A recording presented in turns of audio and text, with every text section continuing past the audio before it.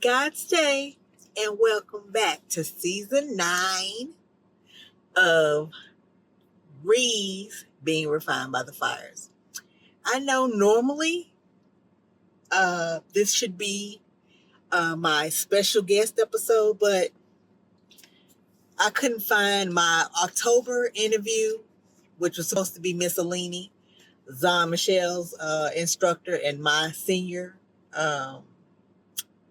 dance fitness class. They're in the middle of practicing for Nutcracker, and her schedule's just too busy, so we couldn't figure it out, and I couldn't find a replacement at the last minute, so I'm just gonna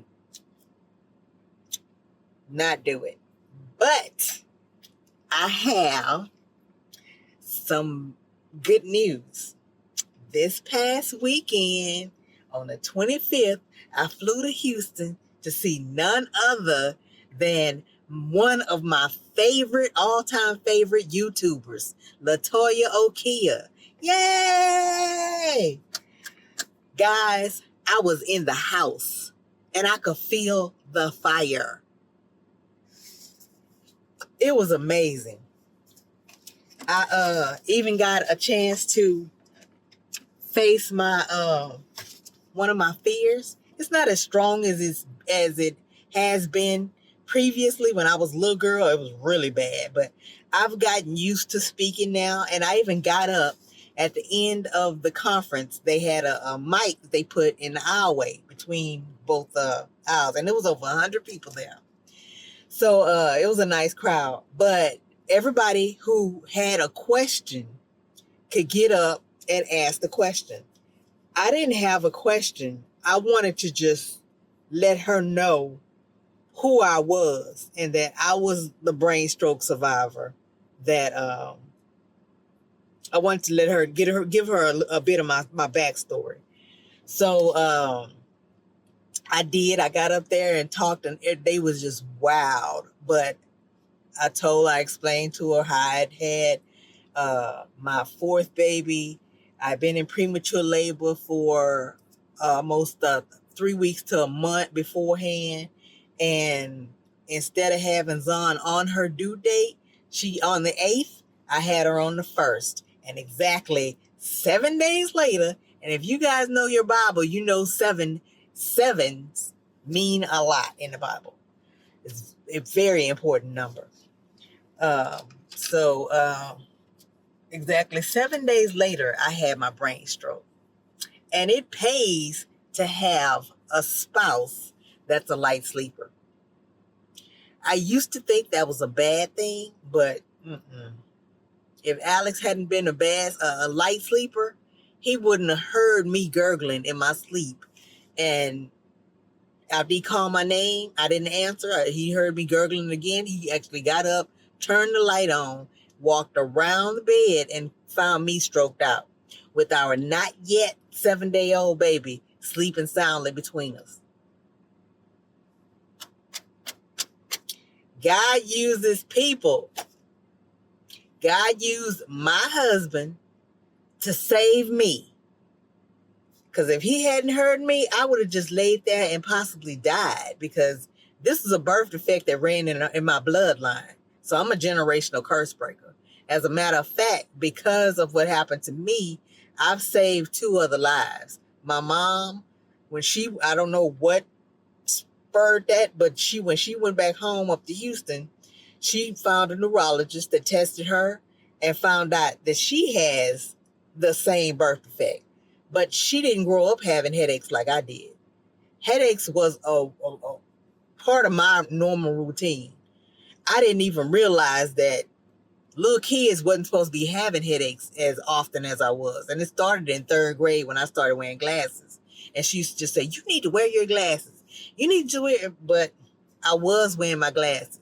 I couldn't see the board in class if I didn't. And she didn't believe me. But she didn't have headaches. So that's why it was hard for her to believe. She thought I was just lying. I'm like, why would I lie about having a headache all the time? I ain't that needy for attention. Know your child. Know your child. Pay attention, parents. But no, so and then I have a cousin who's the same age as my oldest daughter, Britt, Keisha. She has one too, because I know she suffered with headaches when we were still living in Houston. And I didn't think nothing of it. She had a headache. She came over to the house to spend the night with Britt. She stayed with Britt while me and Alex went on our vacation. We didn't go on our honeymoon after the wedding. We went a year later. And Keisha came over to the house and stayed with Britt. They went to school together anyway. But she came and spent the night with Britt while we were gone. But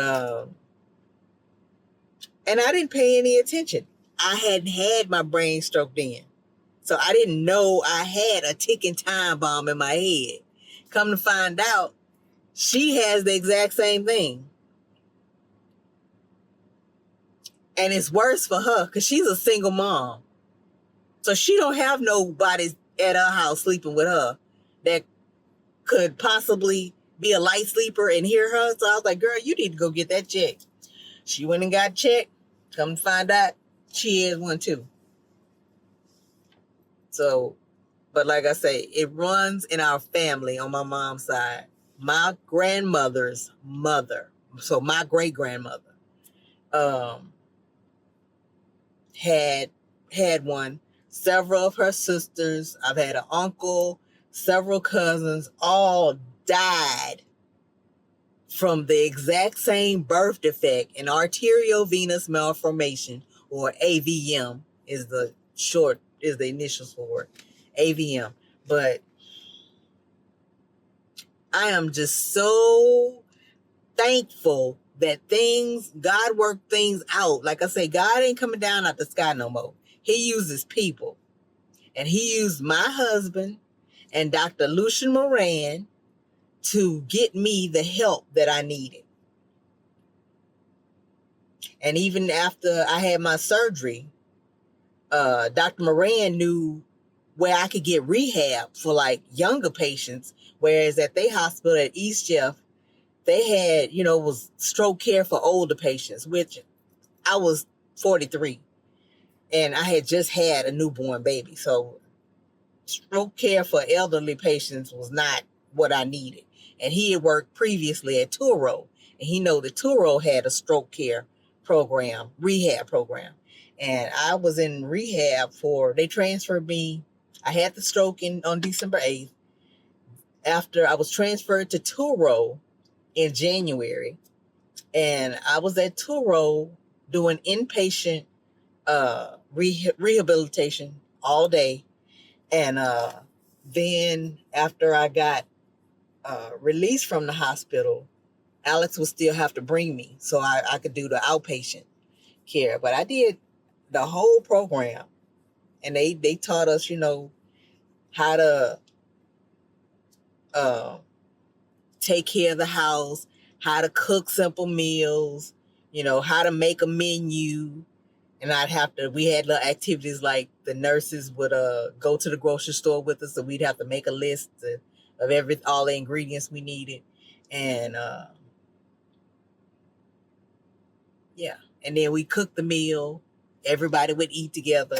And yeah, so when you're about to graduate from the program, I realized this now looking back. I didn't know how they did it before, but whoever has been in the program for the longest and they feel like they're ready. So obviously they saw something in me that I was ready to go on and I could be released. But yeah, I had great therapy at Turo. I came in as a stranger, but left out like a family member. They took great care of me at Turo Infirmary. They still call it infirmary, like back in the day, military hospitals used to call their hospitals infirmaries. They still carry that name. But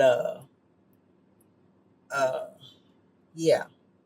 So, but no. So I told that story, the preview of it, to Latoya Kia, and I made some flyers.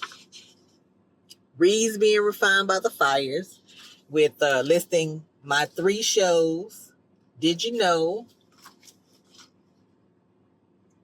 Did you know that's on the first week? Reeds being refined by the fires on the third week. And then on the fourth and fifth Wednesdays, I have my special, all shows on Wednesdays.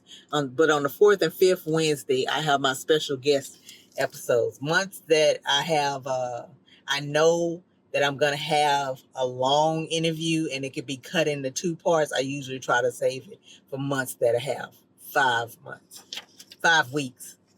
Yep. So far, so good. I made 2 years in September 13th. But I was inspired by God because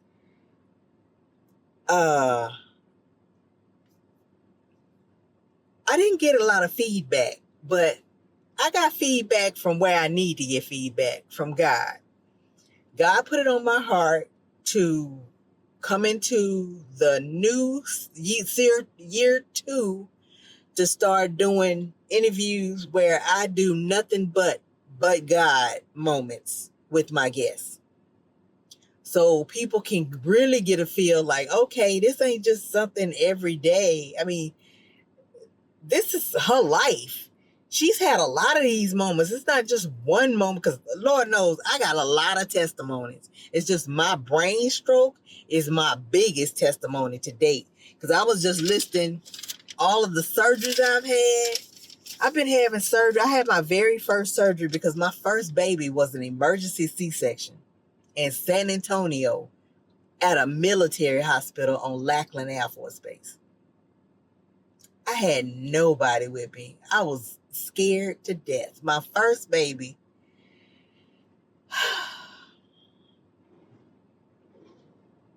Then my abusive husband couldn't be in there with me. You know who you are, D. I'll just say your initial, D. But from my emergency C-section to my abortions, my fibroids, my tubal ligation failure, the birth of my 4 kids, and Zion is a miracle because that failed tubal ligation, I still had 1 tube that was open. So I got pregnant with 1 tube. But God, I'll go into details later on this because I'm just trying to remember, because I've had a lot of wrecks. Some were my fault, but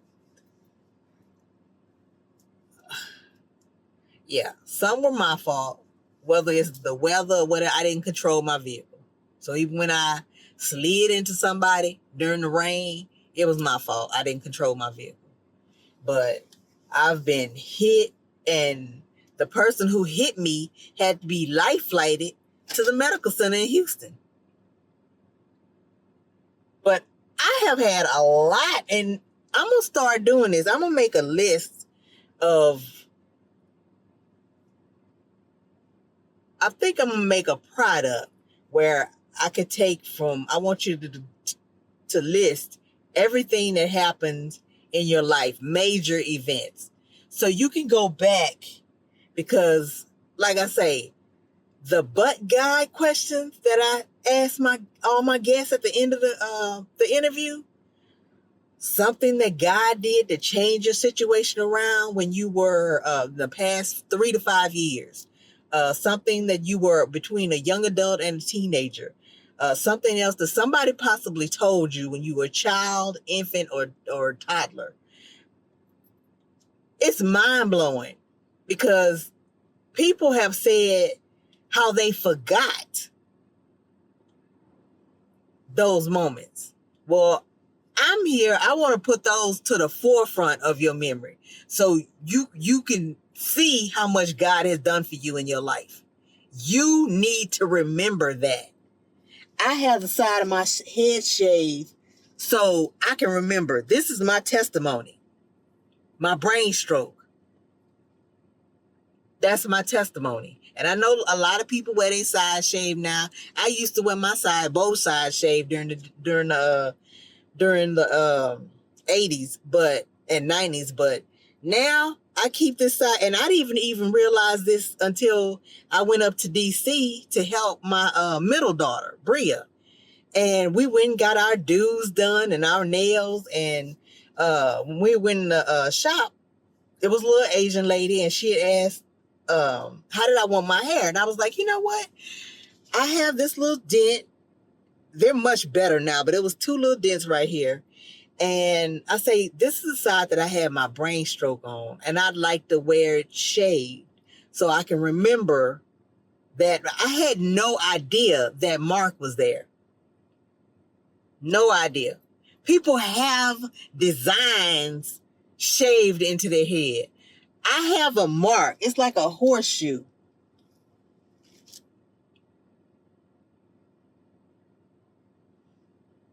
I have so many but God moments.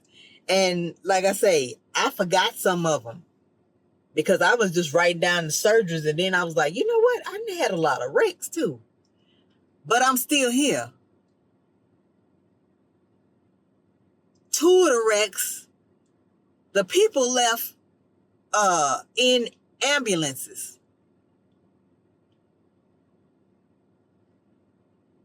One was life flighted. Meanwhile, I was a little stiff. That accident that I had with it messed up my back because I had to have physical therapy for a while on my back, and they put the the massager on my back, and it'd be the electrodes that would massage my nerves to relax them. And then sometime Alex has to massage my back, but I still feel catches every now and then. So that's something I'll have to live with till death do me part. Just like I have to take my medicine to keep from having seizures because I have scar tissue on my brain because it was an emergency surgery. But the majority of my surgeries have been emergency surgeries. And that just goes to show that God has been working in my life for decades. All my life, he's been protecting me. I remember my mama telling me about, I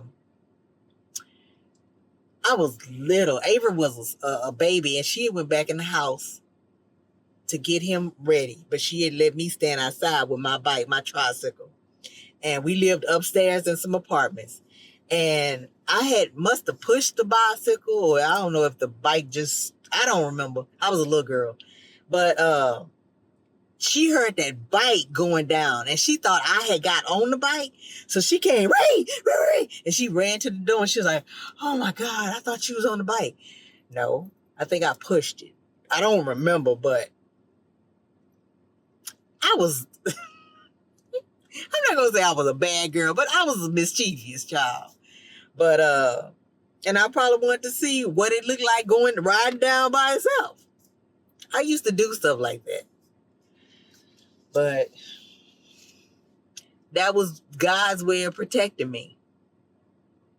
Just to push it down and see how it could go down. I wasn't on the bike, so I was safe. But it's a lot of stuff that's happened to me during my life. And now that I look back, I see God been having his hands on me from the crown of my head to the soles of my feet my entire life, especially with the brain stroke. That's like the grand finale. So, yeah. But, yeah. So I'm thinking about not coming back. I'm going to continue doing my regular interviews through the end of the year. And then I'll come back in January and start my But God series. Because I've been working on some new logos for my shows. Did you know? Either this one or that one. My reads being refined. My special guest interviews with the mirror with the question mark. Or should I just use SGI with the question mark heart? question mark, fiery question mark. And this is my latest But God logo, because I celebrate every year on 12/8. I've celebrated for several years now. I wasn't in my right mindset after I first had my surgery. Even after I made it even after I went through therapy, I still wasn't who I am today. Thanks be to God. God is the cause of me being in my right mindset today. But and I'm getting better every day. And I thank him for that, because he didn't have to save me. I'm not special. I've had abortions. I've lied. I've cheated. I've stolen.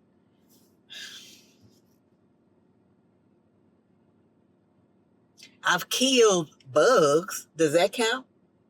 I know you're not supposed to kill people. I've never killed anybody. Well, I did. I had abortions. So I've killed 2 babies. God forgive me. And like I say, he's still doing for me. I'm forgiven. So it is nothing you can do that's too bad to be forgiven. He's a forgiving God, and he'll wipe your slate clean. All you have to do is ask. And I went through a part of, I was depressed for a while, especially after I first had the abortions, because I was freaked out when I had the first one, because I remember I couldn't stand to hear vacuum cleaners.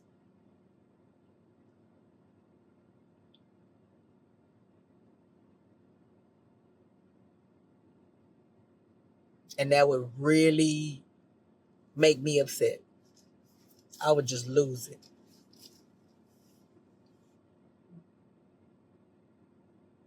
Yeah.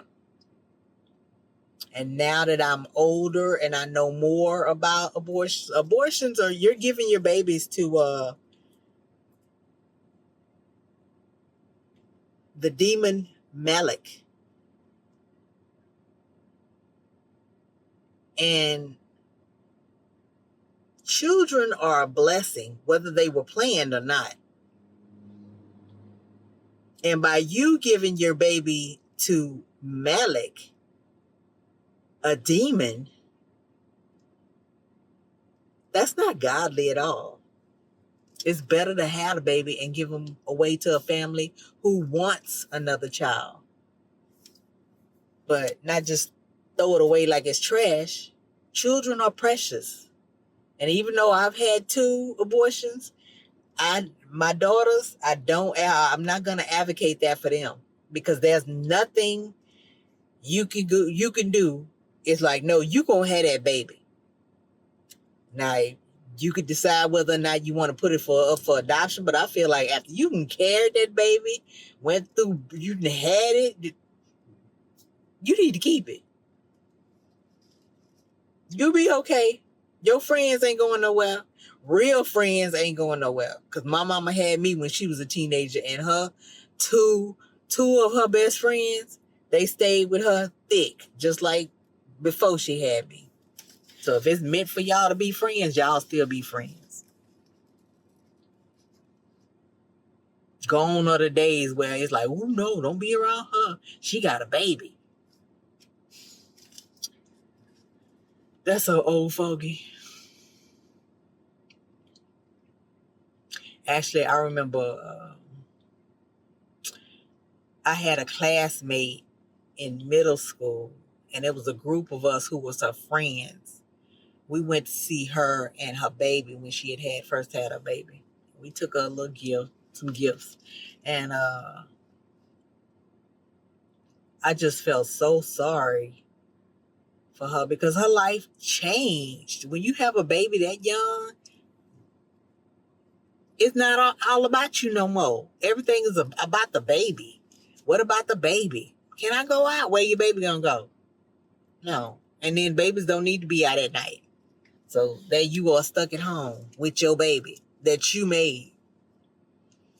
But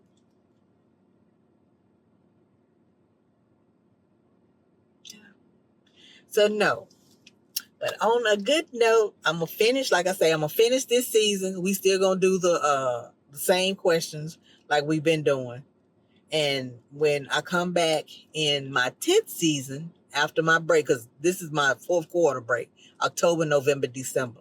After that, I'll take another 3-week break. And when I come back for season 10, I'll start my But God questions then. And it's going to be questions from, it's going to be like 20 questions, but it's going to be based throughout your life. Where did you see God move and do this, move, do that? So, but yeah, it's gonna be 20 questions about that, and it's different questions about your childhood, and then your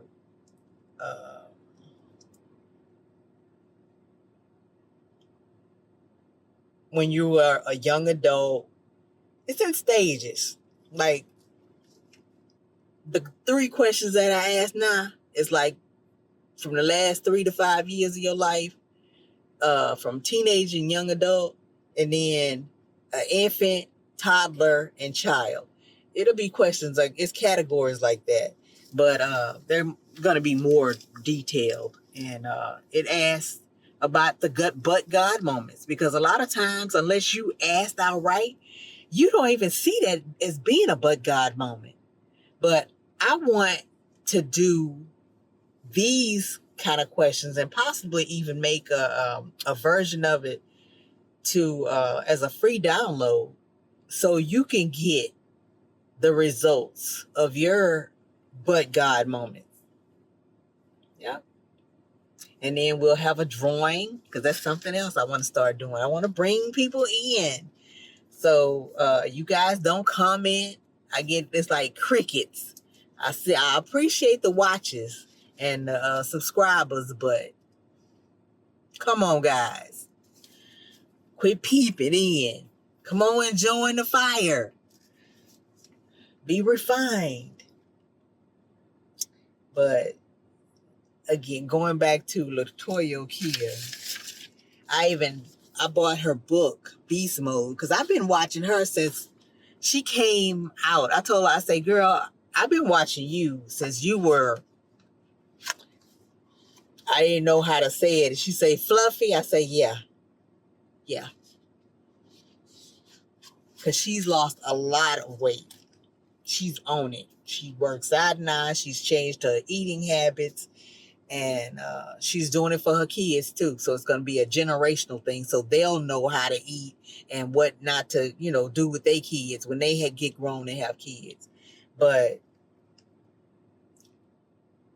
it was awesome. I even had her sign my book. I'm not going to read what it say, but Renecia. Yeah.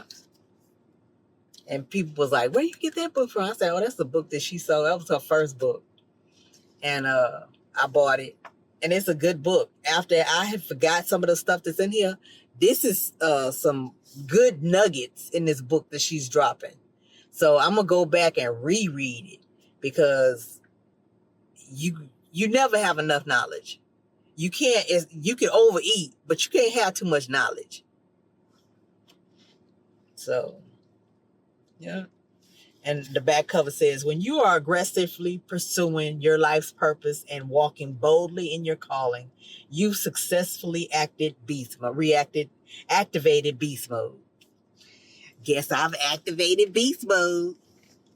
And no longer can you live your life in the shadows of others and wait for permission from outsiders to come forth in your greatness. It's time to flip that switch and turn on beast mode.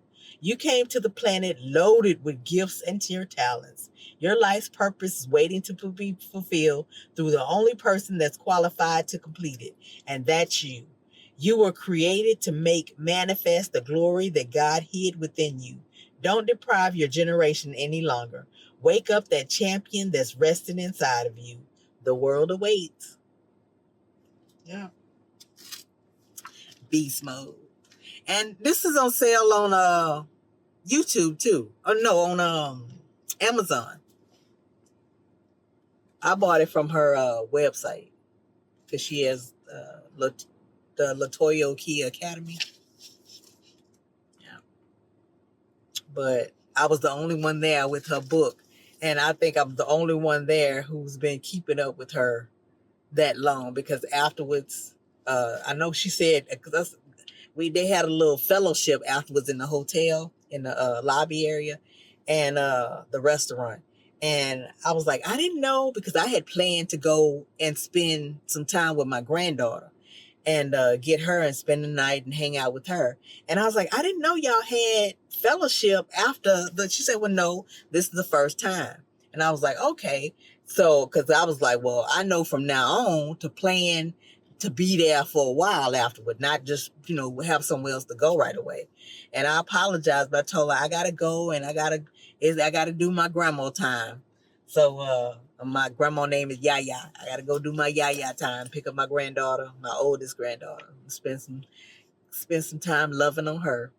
Yeah, because she needs it. Yeah. We've had a lot of bad things happen in our family this year. It started off bad early. So I told her I need to go and spend some time with my baby girl. Yeah. And she enjoyed it. Me and her laughed and talked. I asked her, because I called her, I say, when I got back in the car after I left the seminar, I asked her, what do you want for dinner and what do you want to eat? And she's like, I don't know. I say, well, I tell you what, by the time I get there, you need to know what you want to eat. And it took me over an hour to get there. They got a lot of new freeways. Everything's different. Houston is really expanding. I know they've bought a lot of parts. They've expanded all the way out to Katy, and it's getting bigger and bigger. They keep going out, and they got a lot of new reconstructions. My grandmother got new constructions right down the street from her. They got townhomes that people from upstate who not used to having land, they are able to give them, nice apartment, like 3-story apartments, and they love it. They come down here and drop a check, like it ain't nothing. Well, they used to paying higher for housing. They're used to paying a lot more because they coming from upstate. But they come into Houston for those jobs, and they able to save a lot more now too. Property is not as expensive in Texas, and so yeah. But it was, and I didn't have any navigation in my car, my rental. So I was putting the address in my phone, and then I'm holding my phone and driving, trying to pay attention. It was pouring down, raining. Oh my God. And when the plane first landed, going back a little, first landed in Houston, I wore my travel clothes, just something that, kind of cute and comfortable that I could just get through the checkpoints easy. And then I'll change into my conference clothes afterwards. Well, I did that, and when it was time to go get the rent-a-car, I went downstairs, with the baggage claim, and I know right outside is the shuttle buses that take you to the rent-a-car center. So I get on. I know I didn't see the name of the company, USave. I didn't see it on the buses, but I just figured, well, maybe it's a new company. They small. They haven't put their name on the bus yet.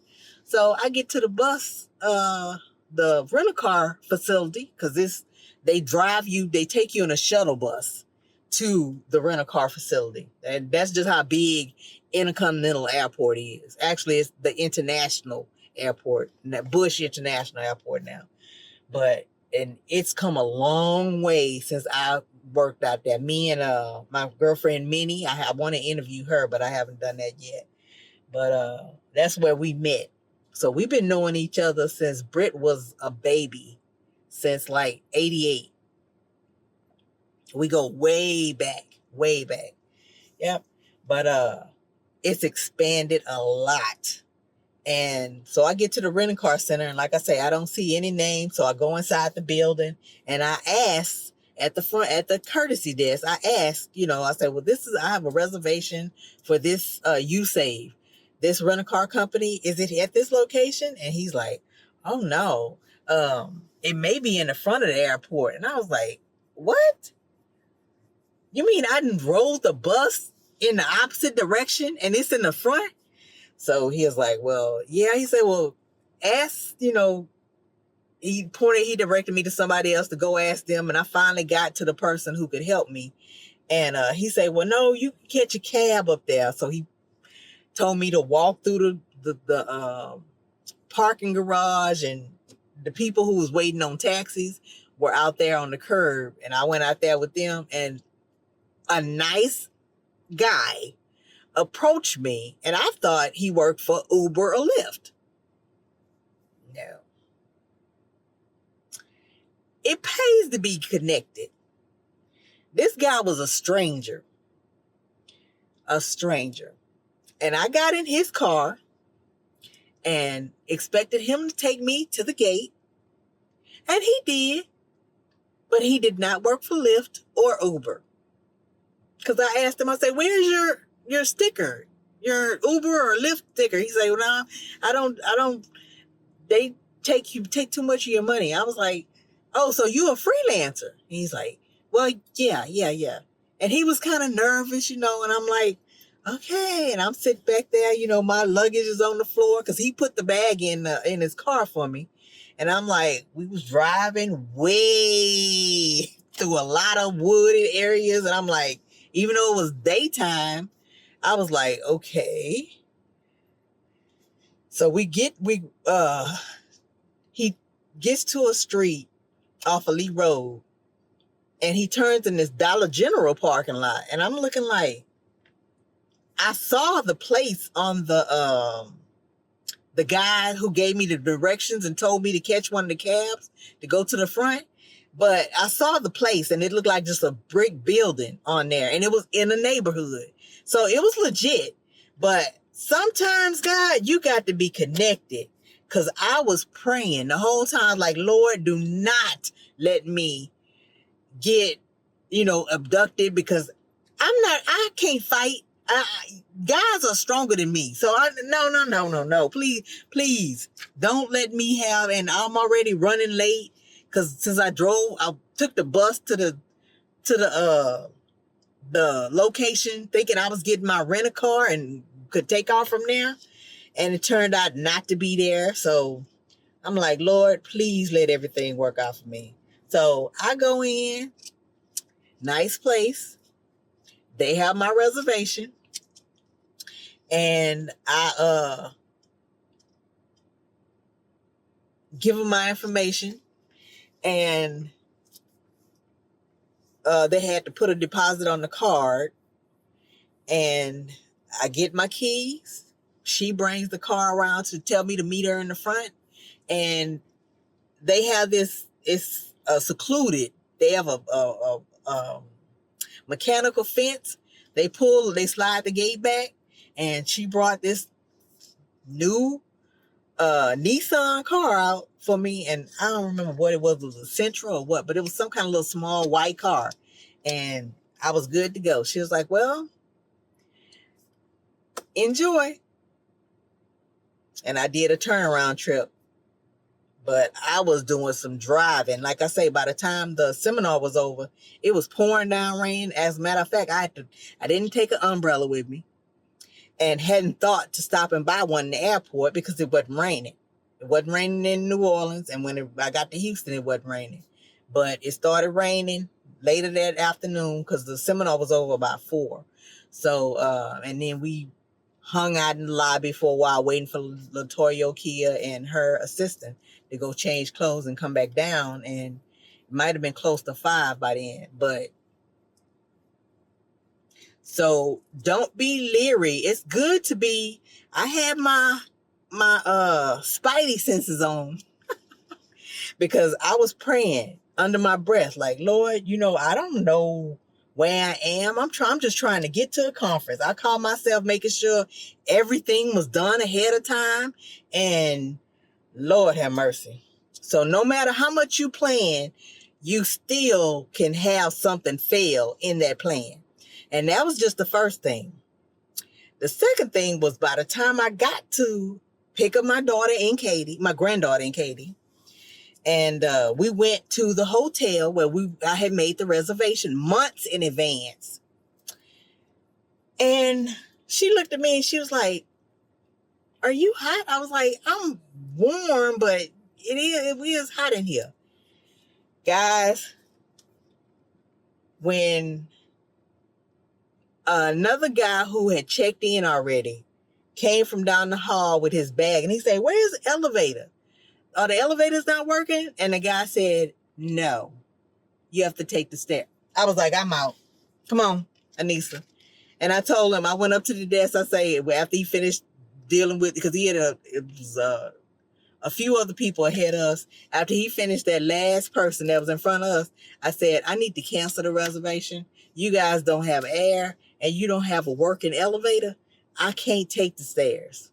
I cannot. I need to cancel my reservation." And he said, "Well, who did you make it through?" I said, "Travelocity." He said, "Well, you're going to have to take that over Travelocity." So, because I'm on a payment plan with Travelocity, you can break your vacations up into payments. So I did that with them, and unfortunately, I'm not going to get that money back because they have a clause to where I think I called on Sunday after Monday after I got back home.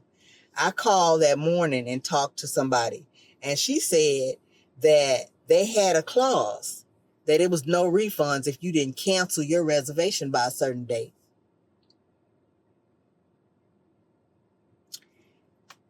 I'm coming from New Orleans. You're in Houston.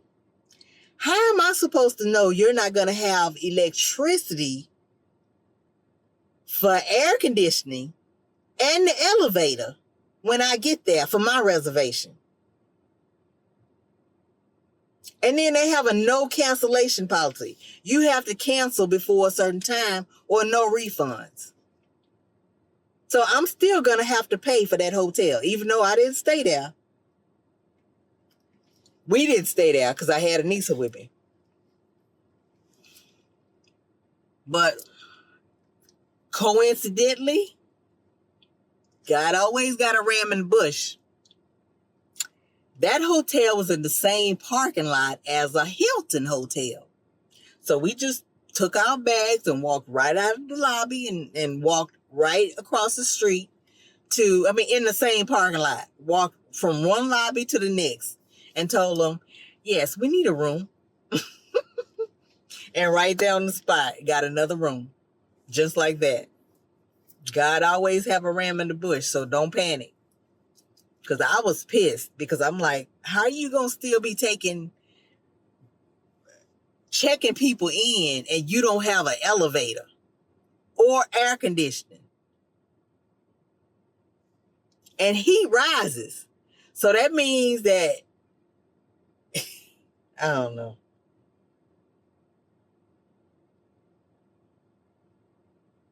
That policy needs to be changed to, if it's something that's beyond anybody's control, like that was the weather, they couldn't help that. That was a God thing. But at the same time, they shouldn't be able to make money off of somebody who's coming in expecting to have a room at their hotel. And I shouldn't have had to keep my reservation in order to have a room and suffer because they didn't have. It should be a clause. It shouldn't be a one-stop shop, one clause that covers everything. No, it should be that way. So some changes need to be made. That can't be that one statement. You have to cancel your reservation by I think it was the 24th, the day before, because Saturday was the 25th. And it's like, how did I know Houston was? And then when I got to the conference, I was talking to other people after the fellowship, after the conference, and found out that it was raining the night before there, because some people came in the night before. And I was like, how am I supposed to know the hotel that I booked wasn't going to have electricity, have running air, because they still had lights, have running air and a working elevator? And I'm handicapped. I can't take stairs. I won't take stairs. Let's just say that. It wasn't that. I was on a pleasure trip. No, Ree don't do stairs unless she have to.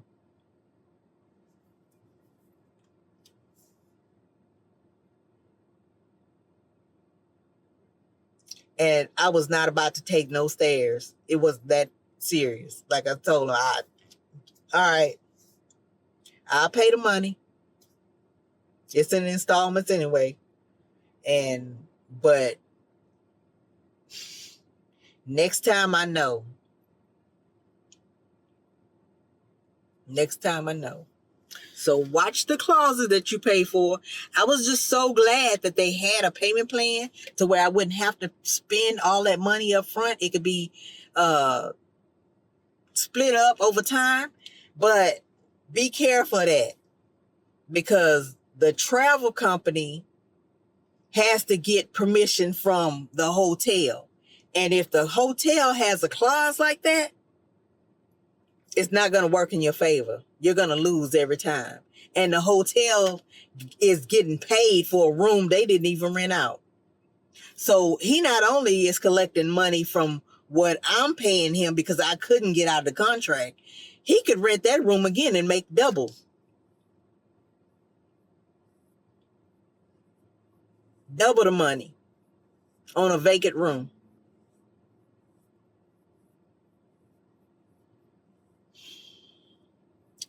This world is going to hell in a handbasket. Something that was made to make it easier and more convenient for you is hurting you at the same time. That ain't right. That's not godly. Not right. But I know everybody don't believe in God, but I believe in God.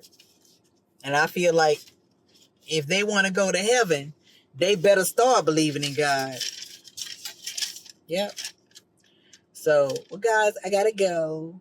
Time to go and fix dinner for my family.